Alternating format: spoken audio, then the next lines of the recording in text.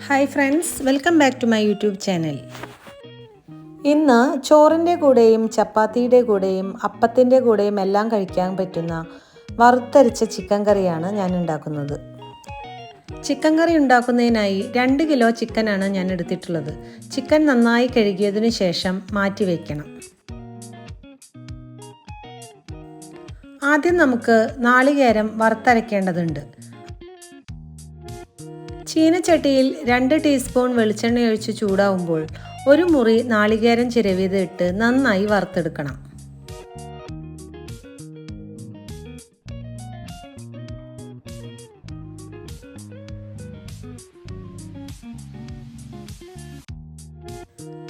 നാളികേരം നല്ല brown നിറമാവുമ്പോൾ 3 teaspoon മല്ലിപ്പൊടി, 1 ടീസ്പൂൺ ഗരം മസാലപ്പൊടി എന്നിവ ഇട്ട് ഒന്നുകൂടി വറുത്തെടുക്കണം.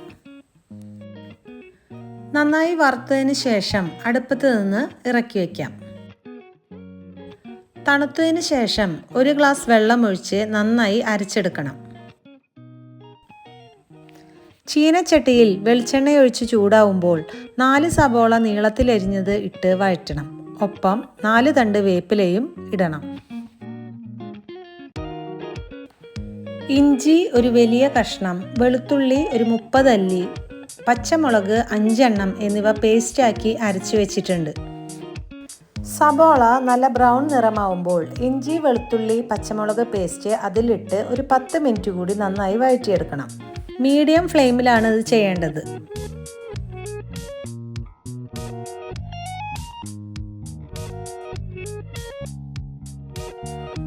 അതിനുശേഷം 2 ടീസ്പൂൺ മുളക് പൊടി കൂടി ഇട്ട് ഒന്നുകൂടി വഴറ്റിയെടുക്കണം. മുളക് പൊടി മൂത്തതിന് ശേഷം തക്കാളി ഇടാം.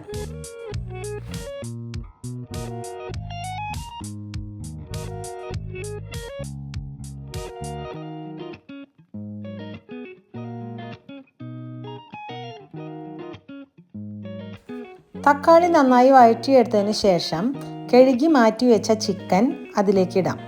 വെള്ളം ഒഴിക്കാതെ ഒരു 5 മിനിറ്റ് ചെറുതീയിൽ വേവിക്കണം.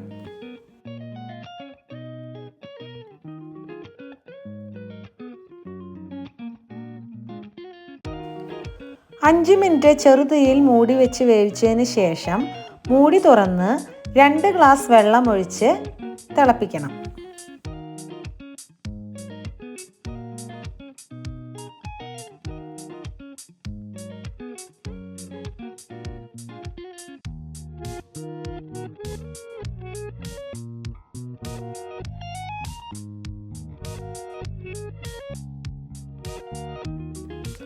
തിളച്ചുകൊണ്ടിരിക്കുമ്പോൾ അതിലേക്ക് 1 ടീസ്പൂൺ ഉപ്പുപൊടി, 1/2 ടീസ്പൂൺ മഞ്ഞൾപ്പൊടി എന്നിവ ഇട്ട് ഒന്നുകൂടി ഇളക്കി കൊടുക്കണം.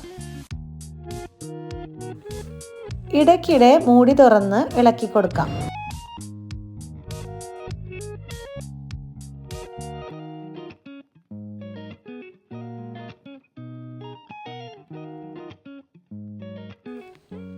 ചിക്കൻ വെന്ത് കഴിഞ്ഞാൽ നേരത്തെ അരച്ച് മാറ്റി വെച്ചിട്ടുള്ള നാളികേരക്കൂട്ട് അതിലേക്ക് ഒഴിച്ചു കൊടുക്കാം. കറി തിളച്ചുകൊണ്ടിരിക്കുമ്പോൾ കുറച്ച് കുരുമുളക് പൊടി കൂടി ഇട്ട് കൊടുക്കാം. കറി നന്നായി തിളച്ചതിന് ശേഷം അടുപ്പത്ത് നിന്ന് മാറ്റാം.